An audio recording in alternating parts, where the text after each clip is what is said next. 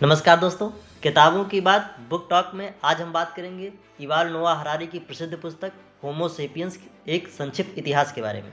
यह पुस्तक मानव जाति की उत्पत्ति से लेकर के आधुनिक युग तक की रोमांचक यात्रा को बहुत ही रोचक तरीके से प्रस्तुत करती है। यह सिर्फ इतिहास नहीं है, बल्कि यह हमें मानवता के भविष्य पर भी सोचने के लिए मजबूर करती है। पुस्तक 4 भागों में विभाजित है: संज्ञानात्मक क्रांति, कृषि क्रांति, मानव जाति का एकीकरण और वैज्ञानिक क्रांति। सबसे पहले बात करते हैं संज्ञानात्मक क्रांति की। करीब 70,000 साल पहले मानव इतिहास में एक ऐसा बदलाव आया जिसने मनुष्य जाति को दूसरी अन्य जातियों से कहीं अधिक शक्तिशाली और पावरफुल बना दिया। इसे ही संज्ञानात्मक क्रांति या कॉग्निटिव रिवोल्यूशन कहते हैं। यह वह समय था जब होमो सेपियंस ने अपनी मानसिक क्षमताओं को एक अलग स्तर पर विकसित किया और वे जटिल विचारों तथा सामाजिक संरचनाओं का विकास करने लगे। आइए इसे विस्तार से समझते हैं। भाषा का विकास। संज्ञानात्मक क्रांति का सबसे बड़ा योगदान मानव की भाषा और संवाद की अद्भुत क्षमता का विकास था। भाषा ने होमो सेपियंस को अपने समूह के सदस्यों के साथ महत्वपूर्ण जानकारी साझा करने में मदद की, जिससे उन्हें बहुत से फायदे हुए, जैसे शिकार के स्थान, शिकार के तरीकों और शिकारियों से बचने के तरीकों को जानना और समझना आसान हुआ। यह क्षमता अन्य प्रजातियों की तुलना में मनुष्यों को अधिक शक्तिशाली एवं अधिक संगठित बनाती थी। भाषा केवल सूचना साझा करने का जरिया नहीं थी, यह कल्पनाशीलता और कहानियों को गढ़ने का माध्यम भी बनी। मनुष्यों ने कल्पना के जरिए मिथकों, देवताओं, परंपराओं और सामाजिक मान्यताओं को जन्म दिया। उदाहरण के लिए धर्म, न्याय और समुदाय की अवधारणा भाषा के बिना संभव नहीं थी। सामूहिक सहयोग।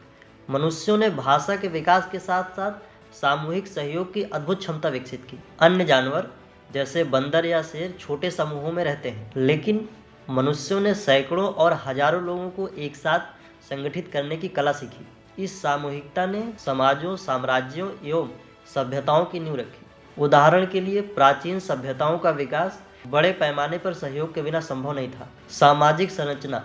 कहानियों और मिथकों की सहायता से बनाए गए नियम एवं विश्वास समाज को संगठित और नियंत्रित करने में सहायक साबित हुए। यह सहयोग न केवल शिकार और खेती करने के लिए, बल्कि युद्ध, व्यापार और सांस्कृतिक आदान प्रदान के लिए भी सहायक सिद्ध हुआ। एक पीढ़ी से दूसरी पीढ़ी तक विचारों और कहानियों को साझा करने की कला ने मानवता का तेजी से विकास किया। भविष्य की योजना। मनुष्य ने केवल वर्तमान में ही जीना नहीं सीखा, बल्कि उसने भविष्य की योजना बनाने और अनिश्चितताओं का सामना करने का तरीका भी विकसित किया। इस तरह से देखें तो संज्ञानात्मक क्रांति मानव इतिहास का एक निर्णायक मोड़ था। यह वह क्षण था जब होमो सेपियंस ने अपनी विशेष क्षमताओं का विकास किया और पूरे ग्रह पर अपना प्रभुत्व स्थापित किया। यह भाषा, कल्पना और सामूहिक सहयोग की अद्वितीय शक्ति ही है जिसने हमें होमो सेपियंस बनाया। इस किताब का दूसरा भाग है कृषि क्रांति। करीब 10,000 साल पहले कृषि का आविष्कार मानव के इतिहास में एक महत्वपूर्ण मोड़ साबित हुआ। इसे अक्सर सभ्यता की नींव माना जाता है, लेकिन युवाल नोआ हरारी इसे एक जटिल दृष्टिकोण से देखते हैं। आइए इसे समझते हैं। खानाबदोशी से स्थायी निवास। पहले मनुष्य खानाबदोश जीवन जीते थे। वे जानवरों का शिकार करते और प्रकृति से मिलने वाले भोजन पर निर्भर रहते थे। लेकिन कृषि क्रांति के दौरान मनुष्यों ने गेहूं, चावल और मक्का जैसी फसलें उगानी शुरू की और पशुपालन भी शुरू कर दिया। अब वे स्थायी गांव एवं समुदाय बनाने लगे, क्योंकि फसलों की देखभाल एवं जानवरों की सुरक्षा के लिए एक स्थान पर रहना जरूरी था। खाद्य उत्पादन का स्थिर स्रोत। खेती ने भोजन की कमी की समस्या को हल किया। खेती ने एक ऐसी स्थिति उत्पन्न की जहां पर लोग अपने उपभोग से अधिक भोजन उगाना शुरू कर दिए। यह अतिरिक्त भोजन आबादी को बढ़ाने और नए सामाजिक संरचना को बनाने में सहायक सिद्ध हुआ। धीरे धीरे गांव शहर और शहर साम्राज्यों में बदलते गए। कृषि ने शासकों, योद्धाओं और श्रमिकों जैसे वर्ग की स्थापना की। धर्म और परंपराओं का विकास। फसलों और खेतों पर निर्भरता ने देवताओं और प्रकृति की पूजा को जन्म दिया। धर्म ने समाज को जोड़ने और संगठित करने में महत्वपूर्ण भूमिका निभाई। हरारी इस बात की आलोचना करते हुए इसे इतिहास का सबसे बड़ा धोखा मानते हैं। युवाल नोआ हरारी इसको इतिहास का सबसे बड़ा धोखा क्यों कहते हैं, आइए देखते हैं। कड़ी मेहनत और तनाव। जहां पर पहले खानाबदोशी में जहां कृषि क्रांति के बाद उनके जीवन में स्थिरता आनी शुरू हुई, वहीं इसके साथ साथ उनको कुछ और भी चीज़ें मुफ्त में मिली, जैसे कड़ी मेहनत और तनाव। शिकार और संग्रहण के जीवन में लोग प्राकृतिक रूप से मिलने वाले भोजन पर निर्भर रहते थे और समय का उपयोग अन्य गतिविधियों में करते थे। खेती ने जीवन को शारीरिक रूप से कठिन और समय सापेक्ष बना दिया। अब लोग सूरज उगने से लेकर ढलने तक खेतों में काम करने को मजबूर हो गए। सामाजिक असमानता, खेती ने अतिरिक्त भोजन के भंडारण ने संपत्ति और शक्ति का वितरण असमान बना दिया। समाज में अमीर और गरीब, शासक और शोषित, मालिक और श्रमिक जैसे वर्ग बने। बीमारियों का उदय, स्थायी निवास और बढ़ती आबादी ने स्वच्छता की समस्याओं को जन्म दिया। खेती के कारण लोगों का आहार कम विविध हो गया, जिससे कुपोषण और बीमारियों का खतरा बढ़ा। प्राकृतिक संतुलन का नुकसान, कृषि ने भूमि, जंगलों और प्राकृतिक जल स्रोतों का बड़े पैमाने पर दोहन किया। पर्यावरणीय असंतुलन और जलवायु परिवर्तन की नींव यहीं से रखी गई। इस प्रकार कृषि क्रांति के दो पक्ष हैं, सकारात्मक पक्ष और नकारात्मक पक्ष। जहाँ यह मानव सभ्यता का आधार बनी, स्थायी समुदाय, लिखित भाषा और तकनीकी विकास का आरंभ यहीं से हुआ, वहीं यह असमानता, संघर्ष और पर्यावरणीय क्षति का भी कारण बनी। हरारी के अनुसार मनुष्य ने भले ही तकनीकी और सामाजिक प्रगति की, लेकिन व्यक्तिगत जीवन की गुणवत्ता में कमी आई। इस हिसाब से देखा जाए तो कृषि क्रांति ने मनुष्य जीवन को हमेशा के लिए बदल दिया। यह सभ्यता की शुरुआत थी, लेकिन यह कीमत के साथ आई। हरारी हमें यह सोचने पर मजबूर करते हैं कि क्या प्रगति का अर्थ हमेशा खुशी और संतोष है? क्या कृषि क्रांति सचमुच एक वरदान थी या हमारे लिए बड़ा धोखा साबित हुई? यह सवाल आज भी उतना प्रासंगिक है। आपको क्या लगता है? जवाब हमें कमेंट बॉक्स में बताएं। इस किताब का तीसरा भाग है मानव का एकीकरण। युवाल नोआ हरारी होमो सेपियंस के इस हिस्से में मानव समाज के धीरे धीरे एकजुट होने की प्रक्रिया को समझाते हैं। हरारी मानव समाज को एक ऐसी प्रक्रिया के रूप में प्रस्तुत करते हैं जो स्थिरता की बजाय सतत परिवर्तन की ओर बढ़ती है। सांस्कृतिक और सामाजिक संरचनाएं लगातार बदलती रहती हैं। इतिहास का तीर मानवता को और अधिक जटिल और परस्पर जुड़े समाजों की ओर ले जाता है। हरारी पैसे को मानवता की सबसे बड़ी और सबसे प्रभावशाली कहानी बताते हैं। मुद्रा ने व्यापार को आसान बनाकर बड़े पैमाने पर सहयोग को संभव बनाया।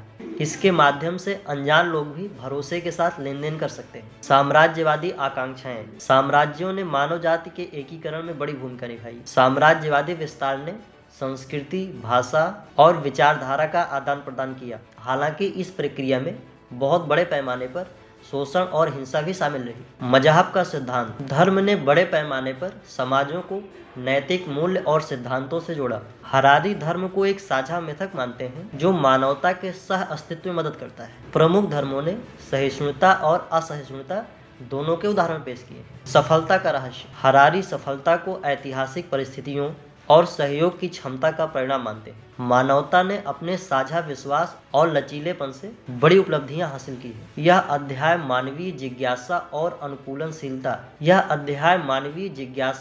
अनुकूलनशीलता को सफल समाजों की कुंजी के रूप में प्रस्तुत करता है। हरारी बताते हैं कि मानव समाज का एकीकरण कई शक्तियों जैसे इतिहास, पैसा, धर्म, साम्राज्य और सहयोग के माध्यम से हुआ। इन तथ्यों ने समाजों को परस्पर जोड़कर आधुनिक दुनिया की नींव रखी। पुस्तक के आखिरी भाग में हरारी वैज्ञानिक क्रांति की बात करते हैं जो 16वीं शताब्दी में शुरू हुई और मानवता के विकास की दिशा को एकदम से बदल दिया। यह भाग विज्ञान, प्रौद्योगिकी और आधुनिक समाज की जटिलताओं को समझने में मदद करता है। इस भाग के 7 अध्याय वैज्ञानिक खोजों, शक्ति और मनुष्यता के भविष्य पर चर्चा करते हैं। विज्ञान की शुरुआत इस मान्यता से हुई कि हम सारा कुछ नहीं जानते। यह अध्याय ज्ञान की खोज और जिज्ञासा की महत्व को रेखांकित करता है। पूंजीवाद और विज्ञान ने मिलकर आधुनिक अर्थव्यवस्था का नींव रखा। नवाचार और वित्तीय प्रणाली ने उत्पादन और व्यापार को नई ऊंचाइयों तक पहुंचाया। औद्योगिक क्रांति, मशीनों और फैक्ट्रियों के कारण मानव समाज में भारी बदलाव हुए। उत्पादन के साथ साथ पर्यावरणीय क्षति भी बढ़ी। साथ ही हरारी मानवता की खुशी और जीवन के अर्थ के बारे में भी बात करते हैं। क्या तकनीकी प्रगति ने वास्तव में हमें खुश किया है? इस पुस्तक के आखिरी अध्याय होमो सेपियंस के अंत में हरारी मानवता के भविष्य पर चर्चा करते हैं। बायोटेक्नोलॉजी और आर्टिफिशियल इंटेलिजेंस के विकास से मानवता के अस्तित्व पर सवाल उठाते हैं। हरारी यह तर्क देते हैं कि होमो सेपियंस का अंत एक नई प्रजाति की शुरुआत के साथ हो सकता है। होमो सेपियंस के अंत का विचार हमें हमारी प्रगति और अस्तित्व पर गहराई से सोचने को मजबूर करता है। इस हिसाब से हम देखें तो युवाल नोआ हरारी की पुस्तक होमो सेपियंस न केवल हमारे अतीत को समझने में मदद करती है, बल्कि हमें वर्तमान और भविष्य की दिशा पर भी विचार करने को प्रेरित करती है। यह पुस्तक हमें यह सोचने पर मजबूर करती है कि हम कौन हैं, हम कहां से आए हैं और हम कहां जा रहे हैं। तो दोस्तों, यह थी होमो सेपियंस बुक की समरी। अगर आपको यह समरी पसंद आई हो तो लाइक और सब्सक्राइब करना ना भूलें। अगले वीडियो में हम मिलेंगे किसी और बेहतरीन नई किताब के साथ। तब तक पढ़ते रहें।